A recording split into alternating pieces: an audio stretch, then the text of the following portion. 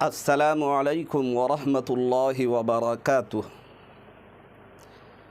ناظرین، آج کی اس ویڈیو میں قربانی سے ریلیٹڈ بہت ہی ایک اہم مسئلہ بتانا چاہوں گا۔ ایک صاحب نے یہ مجھ سے سوال کیا ہے کہ قربانی کن لوگوں پر واجب ہوتی ہے؟ تو عام طور پر ہمارے معاشرے میں قربانی کے ایام شروع ہونے سے پہلے بقرعید سے پہلے ہم یہ ڈیسائیڈ کرتے ہیں، تعین کیا جاتا ہے کہ قربانی ہمارے اوپر واجب ہوتی ہے یا نہیں۔ ہم صاحب نصاب ہیں، نصاب تک ہمارا مال، ہماری رقم پہنچ رہی ہے یا نہیں۔ اگر صاحب نصاب ہے، اگر قربانی واجب ہوتی ہے تو قربانی کرتے ہیں، اور اگر قربانی واجب نہیں ہوتی ہے تو نہیں کرتے ہیں۔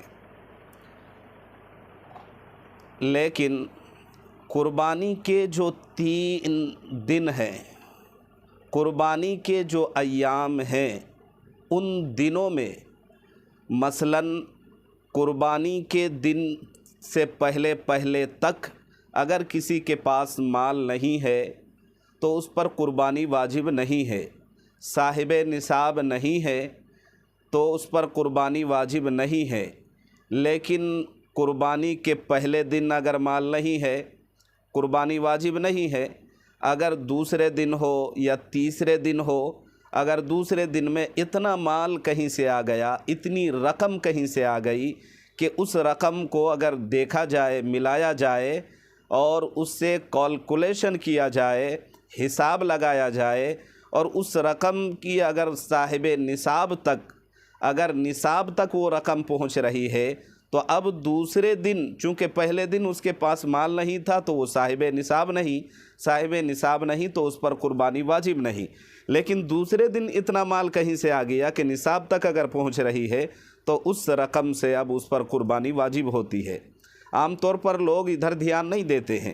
اسی طرح تیسرے دن میں، پہلے دوسرے دن بندے کے پاس اتنا مال نہیں کہ اس پر قربانی واجب ہو تو قربانی واجب نہیں ہے، بندہ نہیں کرے گا۔ لیکن تیسرے دن کہیں سے اتنا مال آ گیا کہ اس مال کو دیکھا جائے تو نصاب تک اگر جو ہے نا وہ رقم پہنچ رہی ہے کہ جتنی رقم سے بندہ صاحب نصاب کے اندر ان کر جاتا ہے، قربانی واجب ہو جاتی ہے، اتنی رقم کہیں سے آ گئی، اتنا پیسہ آ گیا، اتنا مال آ گیا، تو اب تیسرے دن بھی مال آ جانے سے اس پر قربانی واجب ہے، قربانی کرنا چاہیے۔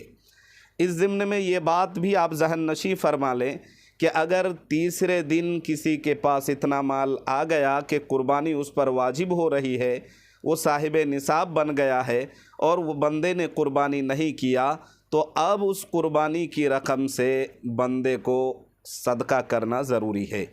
قربانی تو نہیں کر سکا، پہلے دوسرے دن مال نہیں تھا، یا دوسرے دن مال آیا، یا تیسرے دن مان لو کہ مال آیا، اب اس نے تیسرے دن قربانی نہیں کیا تو قربانی کی جو رقم بن رہی ہے اس سے اللہ کے راہ میں صدقہ کرنا چاہیے۔ اور ہمارے معاشرے میں عام طور پر یہ غلط فہمی کے لوگ شکار ہیں۔ ہم یہ سوچتے ہیں کہ ایک گھر میں صرف ایک ہی فرد پر، یعنی گھرانے پر قربانی واجب ہے۔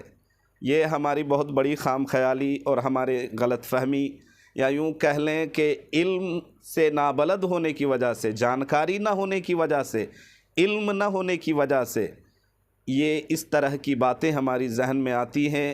اس طرح کی خام خیالی، کم علمی کی بنا پر ہم ان چیزوں کو فروغ دیتے ہیں۔ تو جان لیں کہ گھرانے پر بقرعید قربانی واجب نہیں ہوتی ہے، بلکہ ایک گھر میں اگر 10 بندہ یا بندی ہے اور سارے جو اگر بالغ ہے، عاقل ہے، قربانی کی جو شرطیں ہیں اگر وہ شرطیں پائی جا رہی ہے اور صاحب نصاب بھی ہے، تو گھر میں ہر ایک بندے پر قربانی کرنا واجب ہے۔ جس طرح ایک گھر میں 10 بندہ یا بندی ہے، یا 3 مرد ہیں 5 عورتیں ہیں، یا 5 مرد ہیں 3 عورتیں ہیں، 10 ہے 20 ہے، جتنے ہیں، جس طرح وہ سب کے سب اگر بالغ ہو، عقل مند ہو، تو ان سب پر نماز فرض ہے۔ اسی طرح نماز